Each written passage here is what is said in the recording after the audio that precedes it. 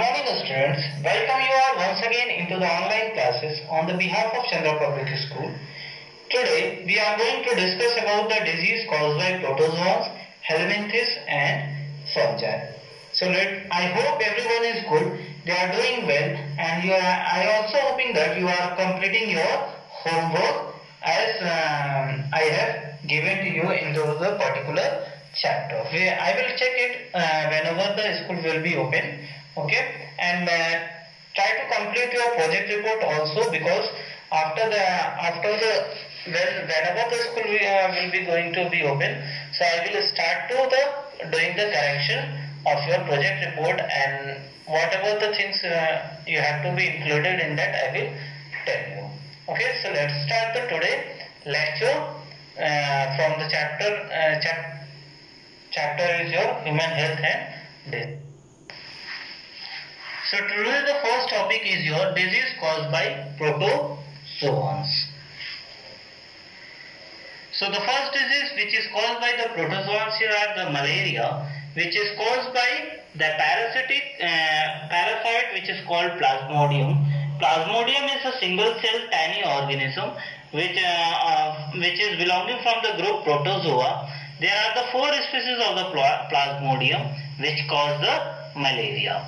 So all have almost a similar life cycle and have the same mode of spread.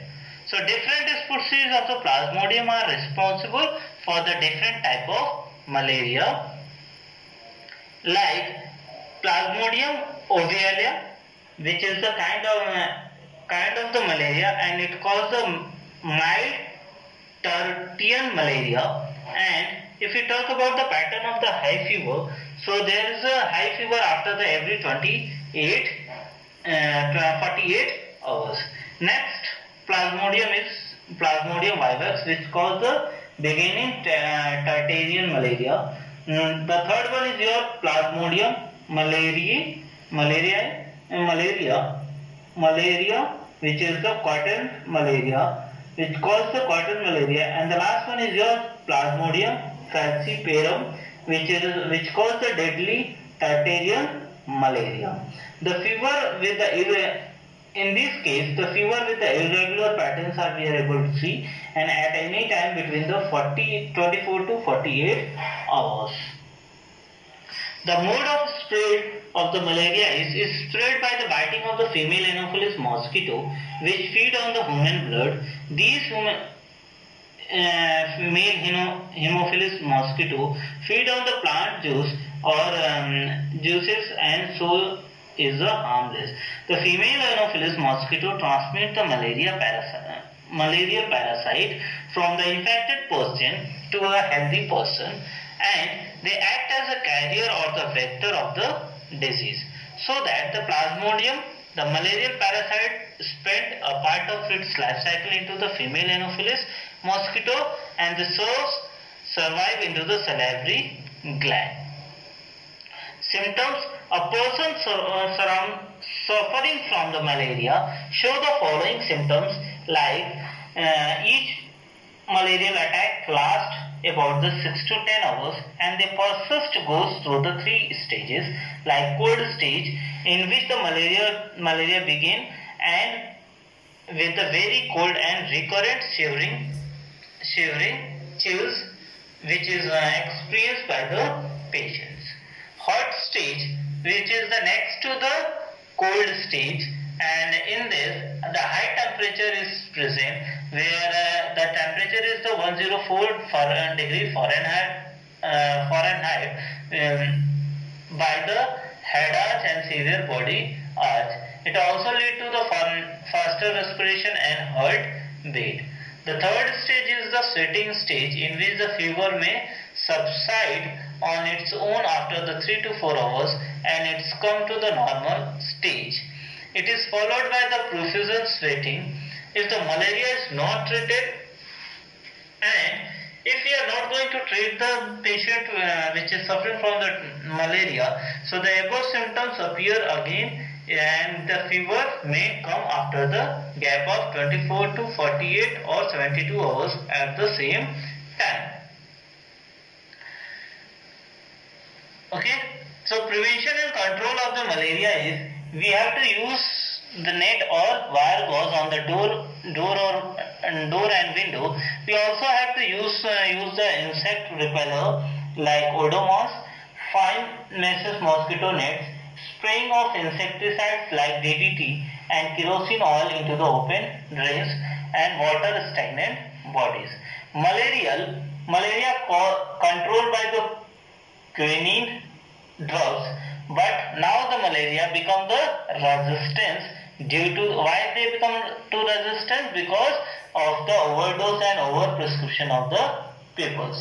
Nowadays, the chloroquine and sulfadoxins are the drugs which are very useful into the treatment of malaria. The chloroquine is one of the most interesting drugs. On that, there is a hot talk has been done between the America and India, but after the certain discussion and the a healthy discussion, after the healthy communication, the India is ready to give the chloroquine to the America. And these drugs is very useful nowadays into the COVID-19 also. Not the fully it is helping, but partially it is a very helpful into the treatment of the COVID-19.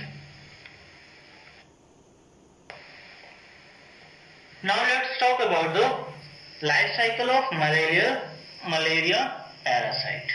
Plasmodium, the malarial parasite, we know that it is a plasmodium which enter into the human body as a sporozoite.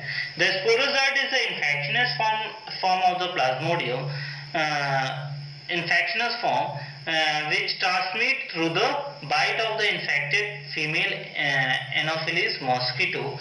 After the bite of the female Anopheles mosquito, the parasite initially multiply within the liver cells and then they attack the red blood cells and result their rapturation resulting their rapture, means the RBCs are going to be raptured. When the RBC is raptured, so they associate with the release of the toxic substance which is called hemozoin. This hemozoin substance is responsible for the chilling and high fever recurrency every 3 to 4 days. Okay. So when the Anopheles mosquito bite on and the infected person, so these parasites enter into the mosquito body and they undergo further development. When they undergo the further development, the parasite is multiplied within them and to form the sporozoite, which are stored in their salivary gland of the female Anopheles mosquito. So when these mosquitoes bite the human, so the sporozoites again introduce into the body and they initiate the event which is given, we have already discussed in the earlier, means plasmodium enter into the body, so the sporozoites multiply into the liver cells and then they rapture the RBC, so that which result the release of the hemozoin, and this hemozoin is responsible for the chilling and high fever and recurring, and these things is recurring every 3 to 4 days. Okay, so this is the life cycle of the malarial parasite. Next one is your amoebiosis. Amoebiosis is caused by the Entamoeba histolytica, which is a pathogenic interstitial parasites, and they occurs into the colon or rectum at the lower end of the small intestine of human. It causes the amoebic dysentery or the amoebiosis. The symptoms of the amoebiosis are included fever, constipation, stomach pain, stomach cramping, stool with the sex mucus, and blood clots. Rarely the Entamoeba histolytica invade into the liver and form the abscess. Abscess means a collection of pus. These abscess, so in the small number of instances, it has been shown that to spread to the other part of the body, such as lungs and brain. So the housefly in this case, in the case of amoebiosis, act as a mechanical carrier, and they serve to transmit the parasite from the feces of the infected person to food and food product, so that they are contaminating that products and things. So the drinking water and the food contaminated by the fecal matters are the main sources of the infection. Next one is your disease caused by helminthes. Okay. So the disease which is caused by the first disease which is caused by the helminthes is your tetanus.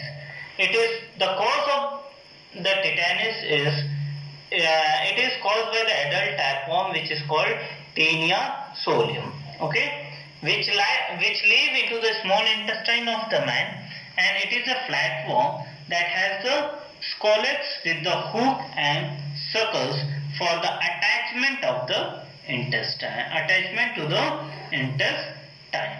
At the time of one of the stage of the life cycle, the cystricus or the larval stage lodged into the organs in the any organs, and they cause the disease which is called cysticercosis,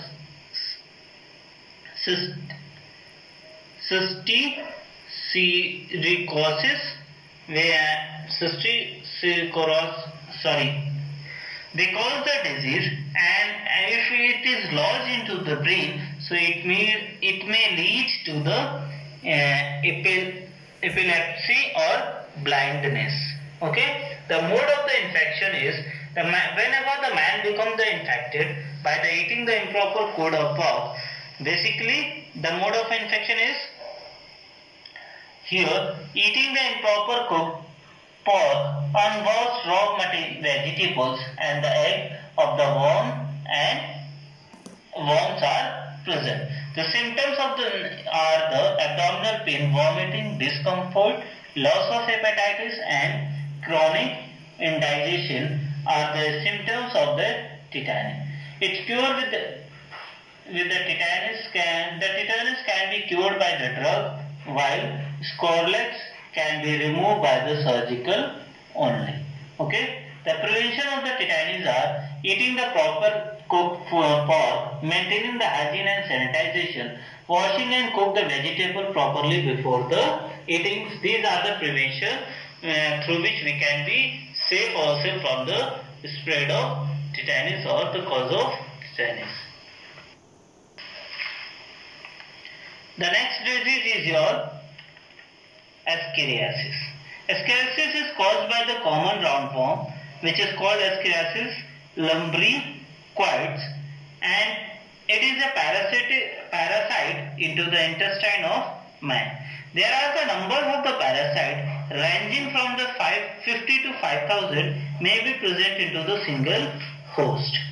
The mode of the infection of the Ascariasis is it is one of the most common parasites found into the man. The children are invariably affected by it, so that the Ascaris has a simple life cycle. Man begin the only, and in that the man is the only the host.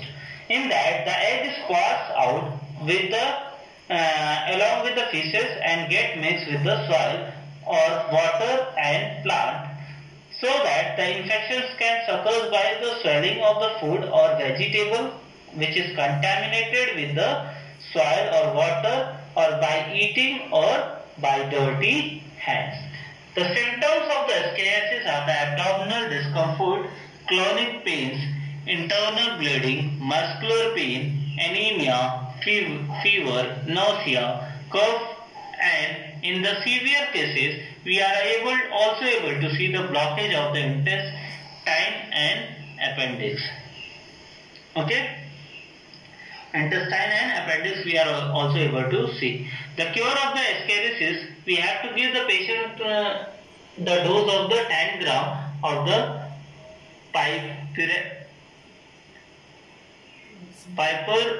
piperazine phosphate with the calcium cynosidase and nemocide. Prevention and measure of the Ascariasis is the personal cleanliness and washing the hand before the eating. eating properly cooked food, proper disposal of human feces, washing all the eatable before the consuming are the prevention and misuse of the ascaris. The next disease is your filariasis or elephantiasis. It is caused by Vaucheria bancrofti or Vaucheria malazi, which is a filarial worm which live into the lymphatic gland of man. They cause the chronic inflammation of the organs. The mode of the infection of the elephantiasis is through the biting of the female Culex mosquito, which act as a vector and transfer the larva into the skin, and then the larva is travel to the lymph gland and become mature. The symptom of the elephantiasis is the excessive growth of the connective tissue, which cause the enlargement of the certain part like legs and arms. Cure and prevention of the filariasis is drug like methyl carbamazine, which destroys the microfilariae to the restricted further infection. The last topic of the today lecture is disease caused by fungi or by fungi. So the disease is your ringworm. It is caused by Microsporum, Trichophyton and Epidermophyton. These are the three strains which cause the ringworm disease, and they are responsible for the causing the ringworm. So the mode of the transmission is generally acquired from the soil or by using the towel cloths or even the combs of the infected person. Symptoms of the ringworms are scalps, growing, skin and nails affected areas appear red, discolored and covered by the dry scaly lesions and vesicles. Itching and irritation is also we are able to see in that area. Cure and prevention of the ringworms are we have to use a fungicide cream or the powder cream or powder like underlining for example undicycline acid or Desenex and mixture of acetic acid and benzoic acid, which is also called whitefield ointments. So these are the cure and prevention of the ringworm. Now here I am allotting you to the two homework. That is, the first one is your write down the causing pathogen and mode of transmission of following diseases like hepatitis, polio, rabies, yellow fever, trichomoniasis, sleeping sickness, kala-azar, trichomoniasis, then your gonorrhea worm disease, eyeworm disease, cryptococci, candidiasis, aspergillosis and ergotism. And another homework is yours. You have to write the measures for the personal hygiene and public hygiene. This is all about today's lecture. Thank you. Have a nice day.